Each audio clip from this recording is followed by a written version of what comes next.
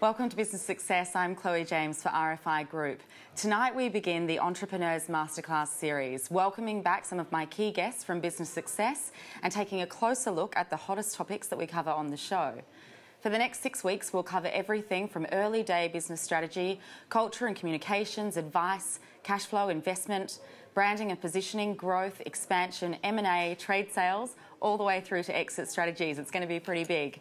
So before we start where it seemed most sensible, starting out, a quick catch up on today's business and economic news. Australia's trade balance surging to a surplus of $3.5 billion in February, up from $1.5 billion in January. The result coming in well above economists' expectations for a surplus of $1.7 billion in the month. Australian company directors have called for a raft of reforms as a part of their proposed blueprint for growth. They include lifting the GST rate to 15%, cutting personal and company taxes, and reducing the CGT discount to 40%. The AICD has also taken aim at negative gearing. Sentiment is resuming its slide. ANZ Roy Morgan's latest read on consumer confidence falling 2.4% last week, hitting its lowest level since October 2015 and moving below the long-run average for the first time in well over a year. For episode 1, I'm delighted to welcome 3 guests who I know pretty well. Wayne Arthur, who is the founder and CEO of SkyFii Limited, Joe Burston, founder and CEO of Job Capital and Inspiring Rare Birds, and Steve Vamos, who is a non-executive director and business advisor. Everyone, welcome to the show. Thank you. Thank you so much for being here. So listen, I've talked about the Entrepreneurs Masterclass series. It's an exciting idea and I'm really excited to kick off. I'm going to start with you, Wayne, and I'm going to go through sort of all 3 of you and talk about sort of starting out a little bit about who you are, sort of your background, and then we'll kick into the episode. Sure. So thanks for having me on board, Chloe. So I'm a former media sales executive. I've worked in various advertising-related roles over the past 15 years between the UK, the US, South Africa, and here in Australia.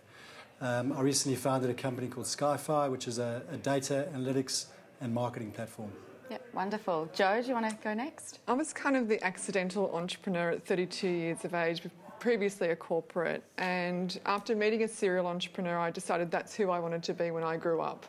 And I founded a business called Job Capital, fast growth, outsourced payroll, salary packaging, and immigration visa company. I then, a couple of years ago, decided I was a bit itchy and founded Inspiring Rare Birds. It's a global community of now 57,000 women and their supporters who are entrepreneurs at all different stages of their journeys.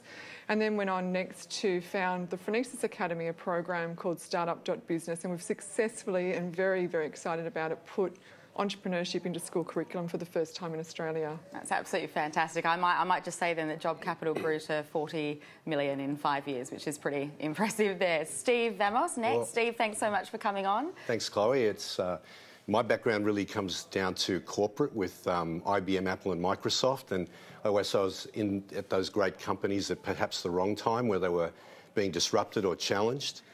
From there, I moved to 9MSN as the CEO at the very beginning of the whole online media digital revolution, if you want to call it that, and experienced the craziness of the dot-com boom. And since then, I've really worked as a director and also been very involved with startups. So chaired a number of startups and still do today. Fantastic. Well, listen, thank you all so much for being here. As I said, it's so great to have you all on. I think, Joe, you said the accidental entrepreneur. Let's just jump onto that. I want to talk to you all about, did you always see yourself being in the position that you find yourself today? Do you want to just kick off there? No, I didn't. I was previously a corporate and I think very good at what I did. I always rose to the top in the businesses I worked for and ended up becoming the managing director of this particular company.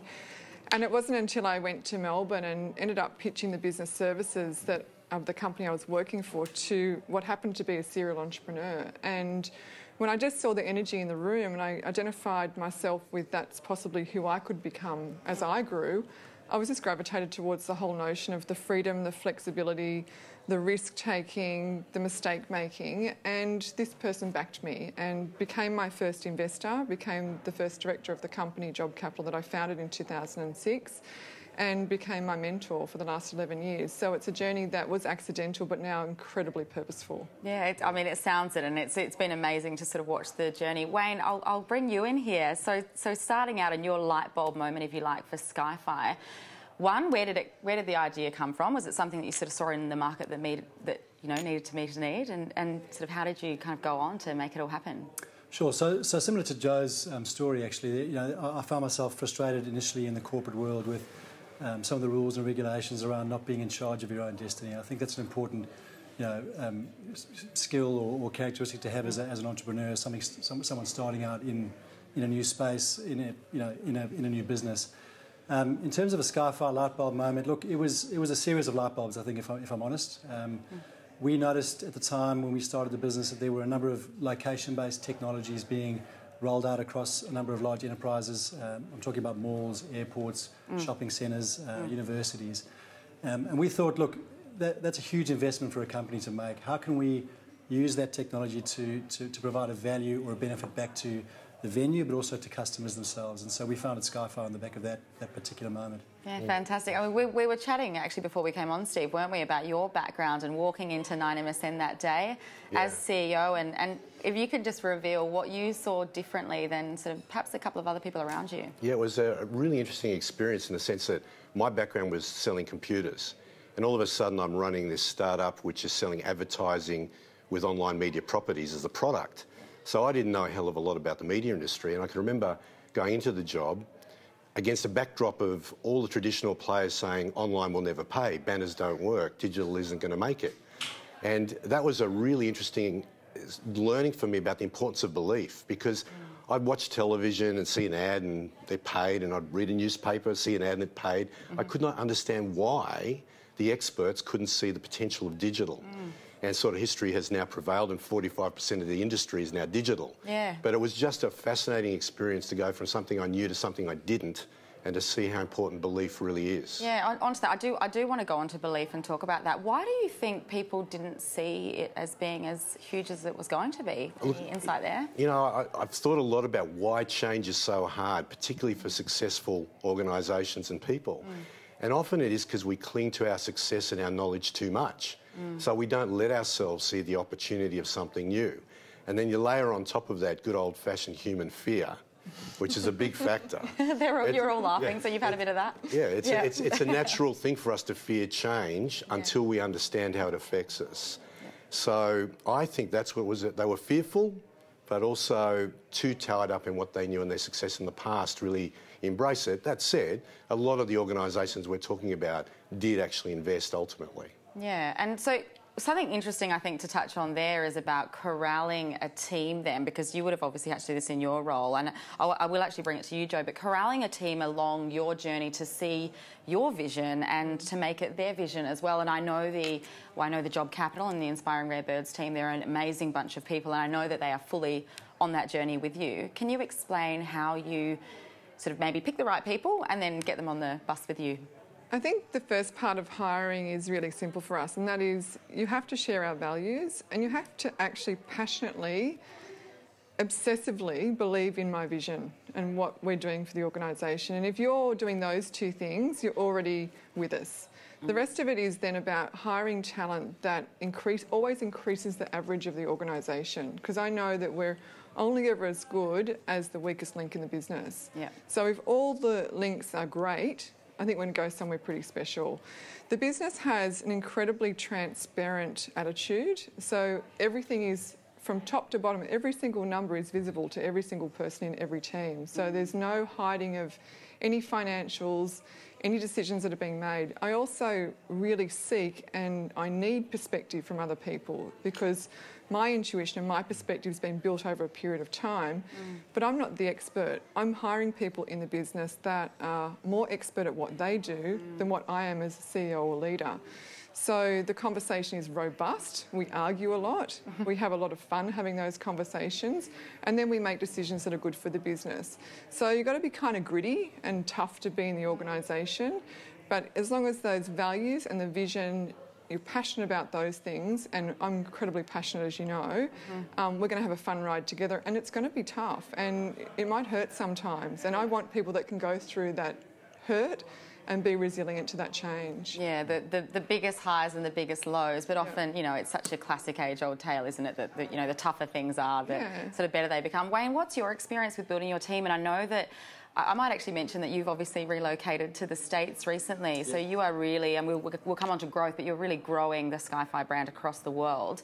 How do you operate as a CEO of a sort of an Australian-based company, I guess, at the moment, but kind of across the globe? Look, I think, again, to Joe's point, it's important to pick the right talent in the gaps that you've got as a CEO. And I think a fair bit of introspection, if you like, on your own skill set and where you can add value and where you can't actually add value, I think is important. So setting the vision definitely comes from the CEO, absolutely. And I think if that vision includes international expansion, you've got to take that into account. Getting people to believe in that vision is a really, really difficult skill I've certainly found in my experience. And finding people to come on that journey with you is again, not that easy to do. So finding the right talent was an important step for us. Making sure we had the right level of skill across all the facets in the business, again, was important before we then decided to relocate or at least expand the business overseas. So, I guess it comes back to the role of the HQ in many ways, and the role of my HQ at the moment is to support growth and to support me and to support the satellite, staff quota that we have in these international markets. So, again, it comes back to trust in your peers, trusting in your vision, and trusting in the fact that you've got the right culture to support that vision. Yeah, I think trust is a great point, and the other two are nodding here. It's sort of trust in your vision, the autonomy that you're giving sort of people in your teams and people that you work alongside.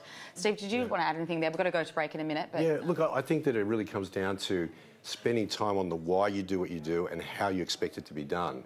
And I think that's a challenge, I think, for leaders, because we've all sort of grown up doing what we do, and we don't stop to really reflect and get people on board. But I think when you have the experience in building a business, you appreciate how important it is to spend that time getting people to see the direction you're taking and what you expect of them. Yeah, we are actually going to have a whole show on culture. Sorry, Wayne, did you want to mention something there? No, I was just going to agree with Steve. We are having a show on culture there, which I think is a huge part. Okay, so we'll wrap on this one. Coming up after the break, we're going to look at business strategy, so we'll see you then.